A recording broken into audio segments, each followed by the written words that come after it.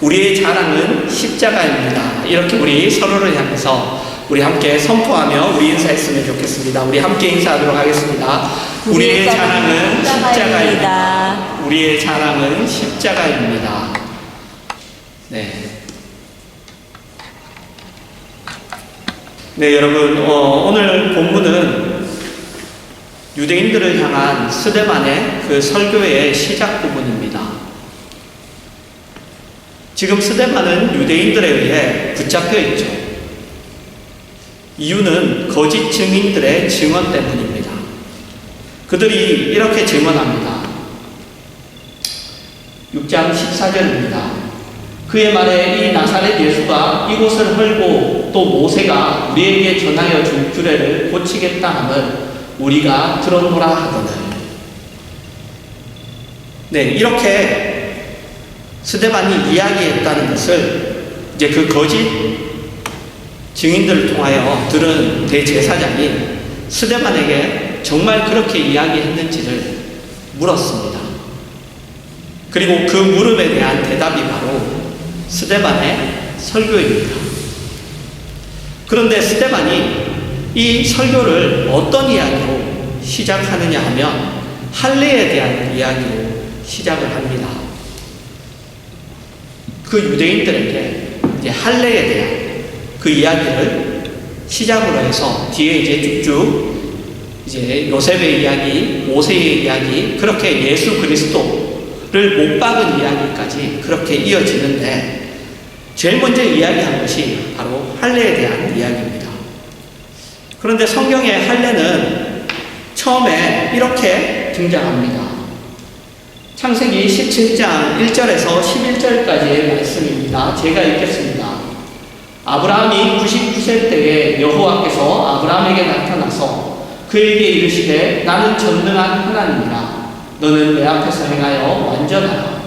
내가 내 언약을 나와 너 사이에 두어 너를 크게 번성하게 하리라 하시니 아브라함이 엎드렸더니 하나님이 또 그에게 말씀하여 이르시되 보라 내 언약이 너와 함께 있으니 너는 여러 민족의 아버지가 될지라.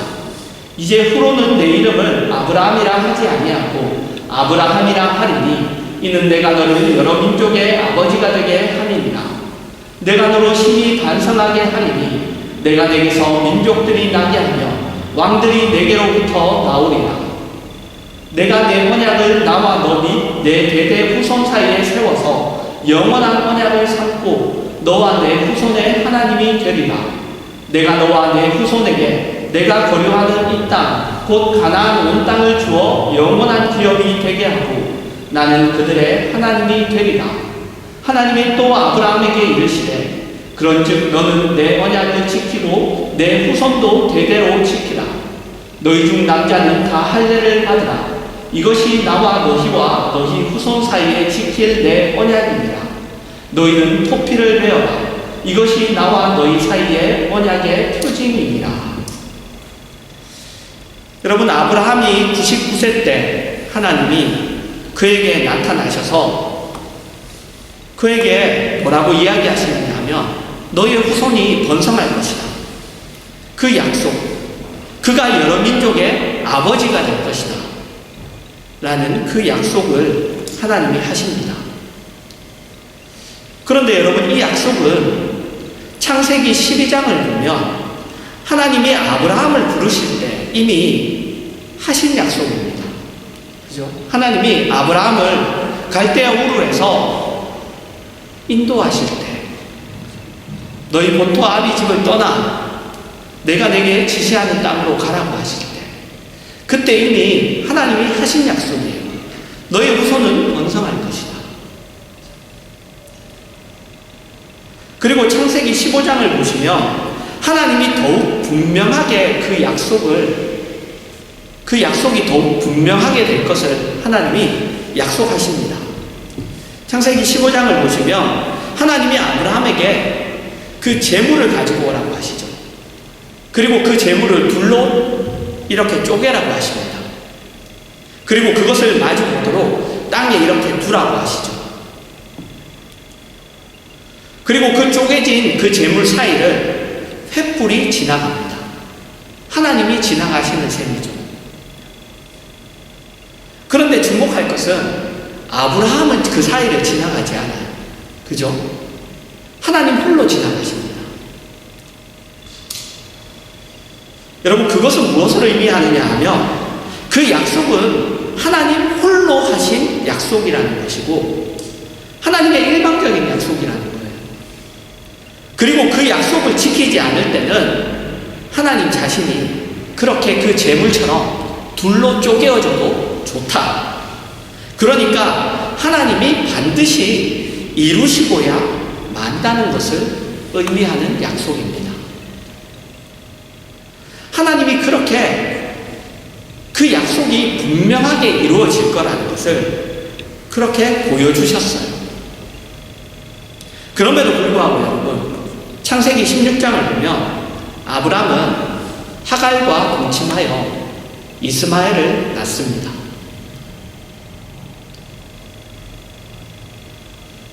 그리고 이제 우리가 방금 본 17장으로 오는 거예요.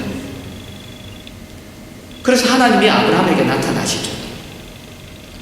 아브라함에게 나타나셔서 그의 믿음 없음을 지적하십니다. 그죠? 1절에 보시면 나는 전능한 하나님이라 너는 내 앞에서 행하여 완전하라. 하나님이 그의 믿음 없음을 한번 꾸짖으시고, 그리고 아브라함은 그 시절에 3절에 보시면 하나님 앞에 엎드립니다. 하나님이 그리고 그에게 아브라함이 아니라 아브라함, 많은 무리의 아버지, 옛말로 하면 열국의 아버지, 그런 이름을 주십니다. 그러니까 그 이름은 하나님이 그를 그렇게 만들 것이기 때문에 주신 거예요. 그가 그렇게 돼서 지금 그렇게 됐기 때문에 그 이름을 주신 게 아니라 그를 그렇게 하나님이 만드실 것이기 때문에 이름부터 먼저 주시는 거예요. 그 이름을 주시면서 그렇게 될 것이다. 그래서 이름을 주십니다. 그래서 아브라함은 자기의 이름을 들을 때마다 무엇을 떠올리게 되느냐 하면 자기의 믿음 없음을 떠올리게 돼요. 그리고 그럼에도 불구하고 하나님이 자기에게 주신 약속을 반드시 이루시고야 만다는 것을 떠올리게 되는 거예요. 다른 사람이 자기에게 그 이름을 부를 때마다, 아브라함이라고 이렇게 이름이 불려질 때마다 그것을 떠올리게 되는 겁니다. 그리고 이어서 9절에 하나님이 또 아브라함에게 이르시되 그런즉 너는 내 언약을 지키고 내 후손도 대대로 지키라. 하나님의 법에 순종하라 라는 말씀을 주시고, 그리고 이어서 이제 우리가 보는 대로 할례의 언약이 주어집니다. 여러분, 그것은 남자의 생식기에 그 포피를 자르는 것인데 그것은 뭘 상징하느냐 하면 남자의 생식기를 잘라버렸다는 것을 상징합니다. 그것은 아브라함이 이제 후손이 생길 것인데, 그죠? 근데 그 후손은 아브라함이 만드는 후손이 아니에요. 그죠? 그 후손은 아브라함이 만드는 후손이 아니라 그것은 하나님이 만드시는 것이며, 아브라함이 낳은 생물학적인 후손이 아니라 하나님이 만드시는, 하나님이 자신의 지혜와 열심과 사랑과 그리고 긍휼과 자비로 만드시는 영적인 후손이라는 것을 이야기합니다. 아브라함이 자기가 가지고 있는 조건, 생물학적인 물리적인 조건으로 만드는 것이 아니라 그 후손은 하나님이 만드시고, 그것은 단지 그런 생물학적 후손만을 이야기하는 것이 아니라 우리가 잘 아는 대로 믿음의 후손, 하나님이 만드시는 그 믿음의 후손, 자녀를 이야기하는 겁니다. 여러분, 스데반이 유대인들에게 왜 이야기를 하느냐? 여러분, 당시 유대인들의 영적인 상태를 알 필요가 있습니다. 당시 유대인들은 여러분, 자신들이 이미 구원을 얻은 자들이라고 생각했어요. 자기들이 이미 구원을 얻은 자. 왜냐하면 그들은 하나님의 선민이고, 그리고 하나님이 주신 율법을 가지고 있었기 때문입니다. 선민, 하나님이 택하신 민족이고, 그리고 하나님이 그들에게 하나님의 법을 주셨죠. 그래서 본인들은 이미 구원을 얻은 자들이라고 생각했어요. 그래서 그들이 어떻게 했죠? 그래서 그들은 자기들이 다른 민족들보다 더 뛰어나다고 생각했습니다.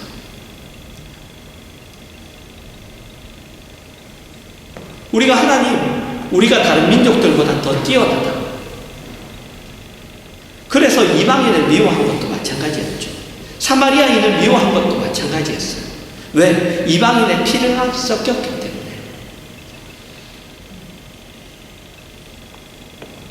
그러나 모세는 하나님이 이스라엘을 왜 선택하셨는지를 이렇게 분명하게 이야기합니다. 신명기 7장 6절에서 11절입니다. 너는 여호와 내 하나님의 성민이라. 내 하나님 여호와께서 지상 만민 중에서 너를 자기 기업의 백성으로 택하셨느니 여호와께서 너희를 기뻐하시고 너희를 택하심은 너희가 다른 민족보다 수요가 많기 때문이 아니니라. 너희는 오히려 모든 민족 중에 가장 적으니라.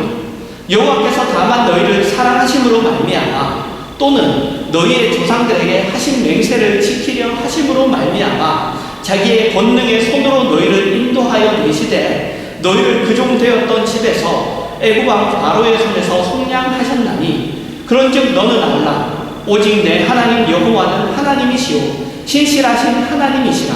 그를 사랑하고 그의 계명을 지키는 자에게는 천대까지 그의 언약을 이행하시며 인애를 베푸시되 그를 미워하는 자에게는 당장에 보응하여 멸하시나니 여호와는 자기를 미워하는 자에게 지체하지 아니하시고 당장에 그에게 보응하시니라.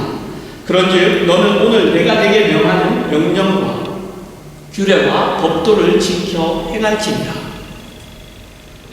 여러분, 하나님이 이스라엘을 선택하신 이유는 그들이 다른 민족들보다 뛰어나기 때문이 아닙니다. 하나님이 그들을 사랑하셨기 때문이에요. 그리고 하나님이 그들을 사랑하신 것도 그들이 이렇게 생각할까봐, 내가 사랑받을 만해서, 하나님이 우리가 사랑받을 만해서 우리가 사랑하셨다고 할까봐 뭐라고 얘기하느냐면 하나님이 그들의 조상들과 하신 약속을 지키기 위해서라. 하나님이 그들의 조상들과 하신 약속을 지키기 위해서라고 이야기합니다. 너희가 사랑받을 만해서 사랑한 게 아니라고 얘기해요. 그러나 이스라엘은 자기 마음대로 자기들이 다른 민족들보다 뛰어나다. 그래서 우리가 구원을 받았다. 하나님이 우리를 선택하셨고 그렇게 생각했어요. 그래서 그들이 결국 한 것은 자기를 자랑했죠. 자기를 자랑했습니다. 다른 민족들을 차별하고 멸시했죠. 그래서 여러분, 그들이 기다리던 메시아도 그들의 죄를 씻어주는 메시아가 아니에요. 그들은 그들의 죄를 씻어주는 메시아가 필요 없었죠. 왜? 이미 구원을 받았으니까. 그 메시아가 아니라 그들이 구원을 받은 자라는 것을, 하나님의 백성이라는 것을 다른 민족들과 다르다는 것을 증명해주는 메시아를 기다렸어요. 그래서 다른 나라들 다 망하고 우리가 독립하고 우리가 다스리고 하는 그 메시아를 기다린 거죠. 결국 그래서 그들이 한 일은 뭐예요? 예수 그리스도를 배척하고 십자가에 못 박는 것까지 이어진 거예요. 그리고 그들은 자기들이 하나님의 선택하신 백성이고 율법을 가지고 있는 것으로 인하여 자기들의 신앙에 스스로 만족했습니다. 구원받았으니, 하나님이 우리에게 율법을 주셨으니, 그래서 거기서 그것에 만족하고 그렇게 살았어요. 그러나 하나님이 그런 것들을 그런 의도로 주시지 않으셨죠. 그것을 가졌으니, 하나님의 백성이니 너희가 하나님의 법을 가졌으니 하나님의 법에 순종하는 길을 걸으라고 주신 거예요. 여러분, 예레미야 4장 4절입니다. 유다인과 예루살렘 주민들아, 너희는 스스로 할례를 행하여 너희 마음 가죽을 메고 나 여호와께 속하라. 그리하지 아니하면 너희 악행으로 말미암아 나의 분노가 불같이 일어나 사르리니 그것을 끌 자가 없으리라. 여러분, 할례는 마음 가죽을 메고 여호와께 속하는 것입니다. 그래서 할례를 받았다는 것이 어떻게 나타나야 하느냐 하면 하나님의 뜻에 합당한 자가 되는 것으로 나타나야 합니다. 그러나 이스라엘은 그렇게 하지 않았죠. 하나님이 싫어하는 일을 했습니다. 하나님이 보내신 선지자들을 다 죽였고 하나님이 보내신 메시아도 죽여버렸죠. 하나님의 말씀도 외면하고 하나님이 보내신 예수님도 십자가에 못 박아버렸습니다. 그래서 스데반이 자신의 선교를 이렇게 할례를 가지고 시작을 하는 것입니다. 여러분, 우리는 예수를 믿습니다. 하나님의 자녀죠. 우리는 예수를 가졌죠. 우리는 구원을 가졌습니다. 그런데 그것이 여러분, 우리가 가지고 있는 본능 때문에 우월감이 될 수 있습니다. 우리는 어떤 선택을 받았다. 우리는 어떤 무언가를 가졌다. 그러면 그것이 우리가 가지고 있는 죄성 때문에 그것이 우월감으로 드러나요. 나는 너와 다르다. 나는 이것이 있고 너는 이것이 없다. 그것이 여러분 신앙 안에서는 나는 믿었다. 너는 안 믿는다. 어쩔 수 없다. 지옥에 갈 수밖에 없구나. 이렇게 마음이 흘러가면 여러분, 그러면은 유대인들과 같은 거예요. 여러분, 우리는 예수를 믿습니다. 그러나 그것은 여러분, 우리가 믿었기 때문이 아니에요. 늘 말씀드리죠. 하나님이 우리를 불쌍히 여겨주셔서 예수 그리스도를 보내어 십자가에 죽게 하셨기 때문이에요. 여러분, 이 차이를 이해해야 합니다. 내가 믿었기 때문에. 나는 믿었고 너는 안 믿었다. 이게 아니에요. 나는 믿을 능력이 있고 너는 믿을 능력이 없다라는 게 아니라는 거예요. 늘 뭐예요? 그래서 하나님이 찾아오셨다라고 하죠. 하나님이 찾아오신 거예요. 하나님이 우리를 불쌍히 여기셔서 하나님이 우리를 찾아오신 것입니다. 여러분, 그렇다면 예수를 믿는다는 것이 자랑으로 갈 수는 없죠. 그죠? 하나님의 자녀라는 것이, 하나님이 나에게 하나님의 법을 주셨다는 것이 자랑으로 갈 수는 없습니다. 구원을 받았다는 것이 자랑으로 갈 수 없어요. 여러분, 로마서 5장 8절입니다. 우리가 잘 아는 말씀이죠. 우리 같이 한번 읽어봅시다. 시작. 우리가 아직 죄인 되었을 때에 그리스도께서 우리를 위하여 죽으심으로 하나님께서 우리에 대한 자기의 사랑을 확증하셨느니라. 우리가 죄인 되었을 때 우리 중 누구도 예수 그리스도를 요청하지도 필요로 하지도 않았습니다. 하나님이 혼자 하신 일이에요. 자랑이 있을 수 없습니다. 우월감이 있을 수 없습니다. 차별이 있을 수 없습니다. 나는 믿었고 너는 안 믿었다. 그래서 나는 천국에 가는 것이 당연하고 너는 지옥에 가는 것이 당연하다. 그럴 수 없습니다. 그러면 여러분, 스데반이 지금 이야기했던 그 대상이 유대인과 똑같은 거예요.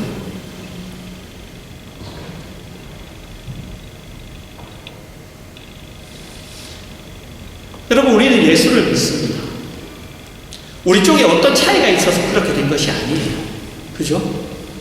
우리에게는 아무 조건도, 우리에게는 아무 자격도 없습니다. 그러나 믿고 나서는 여러분, 그러나 믿고 나서는 차이가 있어야 합니다. 그죠? 믿고 나서는 차이가 있어야 돼요. 믿을 때는 차이가 없어도 믿고 난 다음에는 차이가 있어야 합니다. 성경에서 얘기하는 것처럼 옛사람과 새사람이라는 그 차이.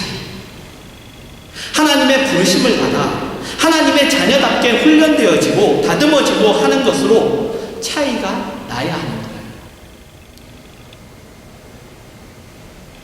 여러분, 하나님이 이스라엘을 부르신 이유가 뭔가요? 하나님이 이스라엘을 부르셔서 하시려고 하는 것이 뭐예요? 하나님이 택하시고 율법을 주시고 할례를 주신 이유가 무엇인가요? 하나님의 백성이 되라는 거예요. 너는 나의 백성이 되고 나는 너의 하나님이 되겠다라는 거잖아요. 하나님의 계명을 지키고 하나님의 사랑을 받고 하나님이 약속하신 복을 누리는 자가 되라는 거예요. 그러나 유대인은 그렇게 하지 않았습니다. 하나님이 나를 선택하셨다. 나는 구원받았다. 나에게는 율법이 있다. 나는 할례를 받았다. 그것을 가지고 여러분, 그 다음 것들을 하지 않죠. 하지 않고 그냥 그것만 계속 자랑하고 그것 가지고 계속 차별만 할 뿐이에요.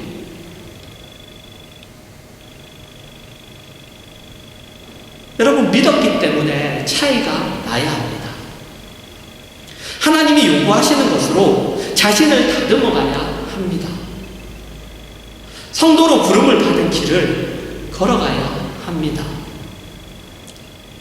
여러분, 성경은 그것을 이렇게 요구합니다. 갈라디아서 5장 1절에서 4절입니다.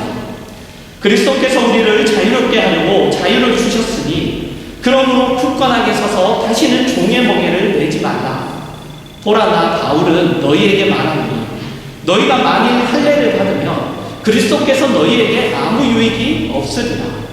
내가 할례를 받는 각 사람에게 다시 증언하노니 그는 율법 전체를 행할 의무를 가진 자라. 율법 안에서 의롭다함을 얻으려 하는 너희는 그리스도에게서 끊어지고 은혜에서 떨어진 자로다. 여러분, 할례를 받았다는 것으로 신앙을 대체해서는 안 됩니다. 그렇죠? 지금 할례를 받은 것으로 신앙을 대체하지 말라고 얘기하는 거예요. 할례를 받았다는 것은 하나님께 속했다는 거예요. 그래서 하나님께 속한 자로서 그 길을 걸어야 하는 것입니다. 우리는 자유인이 됐어요. 죄의 노예가 아닙니다. 그래서 자유롭게 된 것으로 그 자유를 어떻게 사용하느냐는 거예요. 그 자유를 어떻게 사용하느냐. 그 자유롭게 된 것으로 죄의 길이 아닌 의의 길을 걸어야 하는 것입니다. 늘 말씀드리죠. 자유는 여러분, 항상 무엇을 위한 자유가 중요하다고. 자유 자체가 중요한 게 아니에요. 무엇을 위한 자유라는 게 중요한 거예요.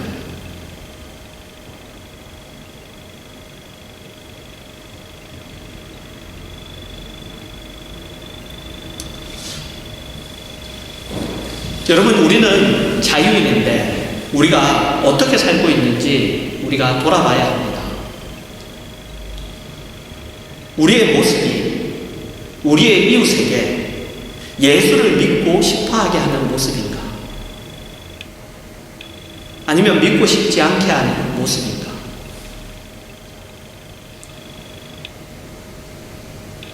내가 살아가고 있는 모습이 교회에 한번 나오시죠 라고 이렇게 얘기할 수 있는 모습인가?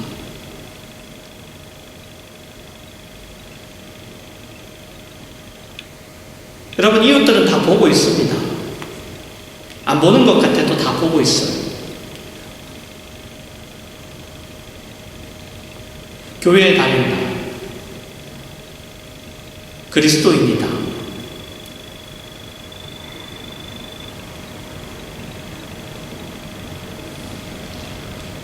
나는 저 사람이 믿는 신앙이라면 나는 안 믿겠다.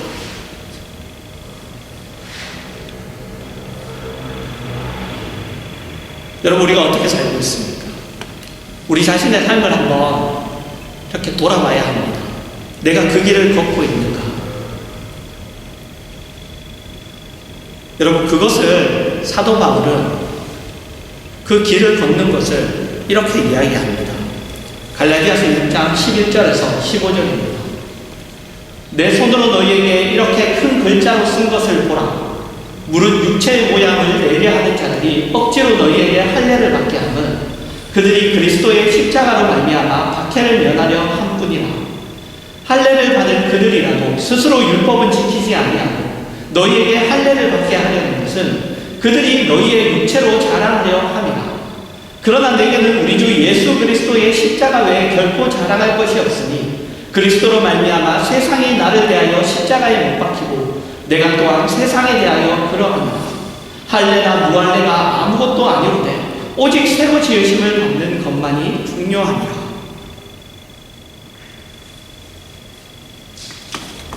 여러분, 십자가를 자랑한다는 것은 지금 사도 바울이 십자가를 자랑한다고 하잖아요.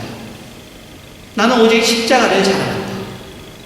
근데 그 십자가를 자랑한다는 것은 여러분, 십자가가 있었기 때문에 십자가로 인하여 내가 구원을 얻을 수 있다는 그 하나님의 은혜와 하나님의 자비와 사랑을 아는 기쁨에서 할 수 있는 거예요.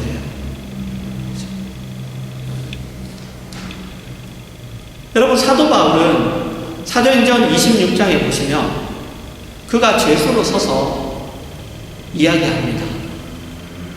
앞에는 이제 아그리빠 왕이 있어요. 아그리빠 왕 앞에 서서 이야기해요. 어떻게 이야기하냐면 내가 이렇게 감옥에 갇힌 것 외에는 당신이 나와 같이 되기를 원합니다. 여러분, 그 마음이 우리에게 있어야 합니다. 사도 바울은 자기가 가진 조건과 환경, 사람들이 자기를 어떻게 평가하느냐 하는 것에 관심이 없습니다. 그는 하나님의 사랑과 긍휼, 하나님의 마음, 구원이라는 것이 얼마나 심각하고 중요한 문제인가를 알고 있어요. 그래서 자기를 핍박하고 때리는 자를 그들 앞에 항거하지 않습니다. 그들과 싸우지 않죠. 스데반도 마찬가지예요. 여러분, 스데반이 설교를 하고 나서 어떻게 되죠? 돌에 맞아 죽잖아요. 그렇죠? 돌에 맞아 죽어요. 돌 던지는 사람들과 싸우지 않아요.